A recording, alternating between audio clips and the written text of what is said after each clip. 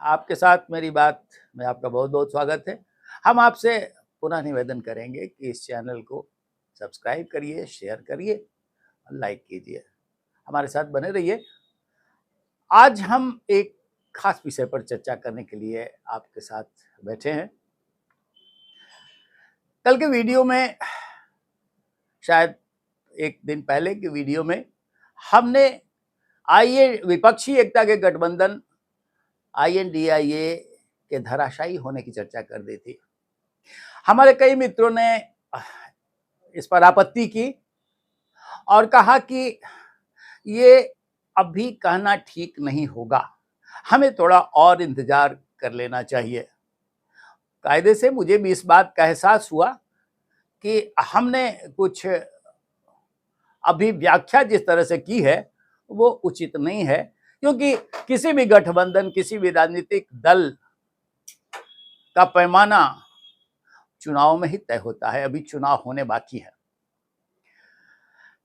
जो भी हो, हाँ, मुझे एहसास तो हुआ, लेकिन जो मेरा आकलन था, जो मेरी व्याख्या थी, उसकी पुष्टि मार्क्सवादी कम्युनिस्ट पार्टी के पश्चिम बंगाल इकाई के सचिव मोहम्मद साहब ने कर दिया।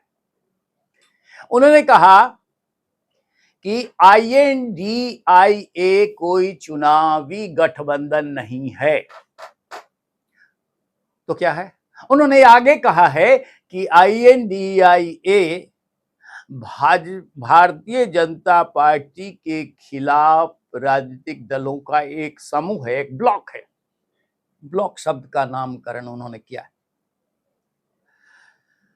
हो सकता है कि मार्क्सवादी कम्युनिस्ट पार्टी के विचार में ये ऐसा है। अभी थोड़े दिनों पहले ही राजगीर में मार्क्सवादी कम्युनिस्ट पार्टी का प्रशिक्षण शिविर हुआ था और उस प्रशिक्षण शिविर के बाद सीताराम येचुरी ने यह घोषणा कर दी थी कि INDIA की तरफ से प्रधानमंत्री पद का उम्मीदवार चुनाव नतीजों के बाद तय किया जाएगा।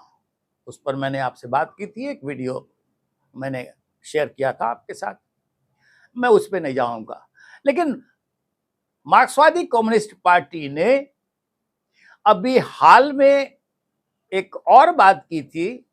उनके नेताओं ने कहा था कि कुछ एक राज्यों में वो क्षमा करेंगे, मार्क्सवादी कम्युनिस्ट पार्टी के केंद्रीय नेतृत्व ने ऐलान कर रखा है कि INDIA के संयोजक समूह में, संयोजक मंडल में वो शामिल नहीं होगा। उन्होंने स्टीयरिंग कमेटी से भी अपने को अलग रखा। अब वो साफ कह गए कि ये कोई गठबंधन चुनावी नहीं है, एक ब्लॉक है भारत। इससे 2 कदम आगे बढ़कर के पश्चिम बंगाल इकाई के सचिव ने ये घोषणा कर दी है कि पश्चिम बंगाल में किसी भी सूरत में INDIA के फॉर्मूले के साथ कोई तालमेल नहीं होगा। चुनाव अभी नहीं हो रहे हैं।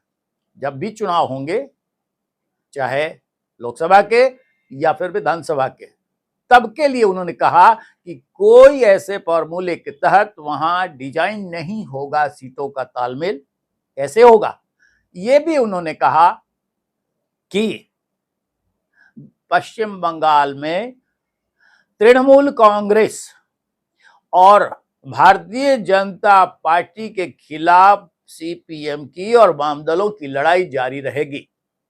यानी जब भी सूरत होगी तो इनके खिलाफ जो राजनीतिक दलों का समूह है या राजनीतिक दल है, उनके साथ बातचीत हो सकती है। अभी इसके लगे हाथों ये भी ऐलान कर दिया पश्चिम बंगाल इकाई के सचिव ने, मार्क्सवादी कम्युनिस्ट पार्टी के सचिव ने, कि दुर्गा पूजा के बाद कांग्रेस के साथ तथा इंडियन सेकुलर फ्रंट के साथ तालमेल की बातचीत आगे बढ़ेगी। आखिर ये कैसा गठबंधन है? मैं कई वीडियो शेयर कर चुका हूं। ये कैसा गठबंधन है? कांग्रेस का दूल्हा है। कांग्रेस तय करती है मुंबई बैठक के बाद कि हम 2 अक्टूबर, आज मैं 2 अक्टूबर को आपसे ये वीडियो साझा करने की कोशिश कर रहा हूं। 2 अक्टूबर आज बीत रहा है, 2 अक्टूबर को न्यूनतम साझा कार्यक्रम हम ऐलान करेंगे, उससे पीछे हट गए। कोई इस तरह का कोई रचना नहीं की गई, कोई कार्यक्रम नहीं बनाया गया। इसके पहले संयोजक बनाने की बात वो टल गई। कांग्रेस ने ऐलान कर दिया कि भोपाल रैली नहीं होगी, कब रैली करेंगे उसकी तारीख तय नहीं की। प्रधानमंत्री का उम्मीदवार चुनाव के बाद तय करेंगे।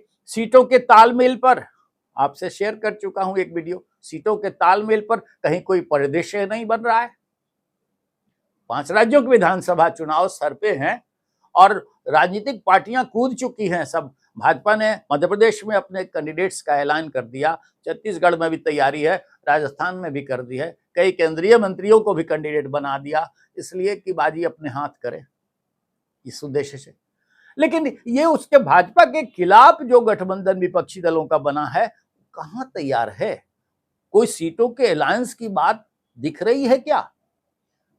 मैंने आपसे चर्चा की है, आपसे इस पर संवाद किया है, अपनी बात रखी है कि पश्चिम बंगाल और केरल में मार्क्सवादी कम्युनिस्ट पार्टी, वामपंथी दल वो कह रहे हैं कि हम कोई तालमेल नहीं करेंगे। दिल्ली और पंजाब में आम आदमी पार्टी कह रही है कि वो कोई इस तरह का तालमेल नहीं करेगी। जो भी हो, जब भी करें, कैसे करेंगे, क्या करेंगे, ये अभी तक तय नहीं हुआ है। इन बातों को लेकर के आईएनडीआईए के भविष्य पर सवाल कौंधना स्वाभाविक है। क्या आपके मन में नहीं कौंधता? ये कैसा गठबंधन है? अरे कोई चीज तय ही नहीं हो रहा। किल मिलकर के हम जमा हुए, हो कर दिए, इतना ही काफी है क्या? इससे क्या हम भाजपा को भगा देंगे और नरेंद्र मोदी को चारों खाने चित पटका देंगे? संभव है क्या राजनीति में ऐसा?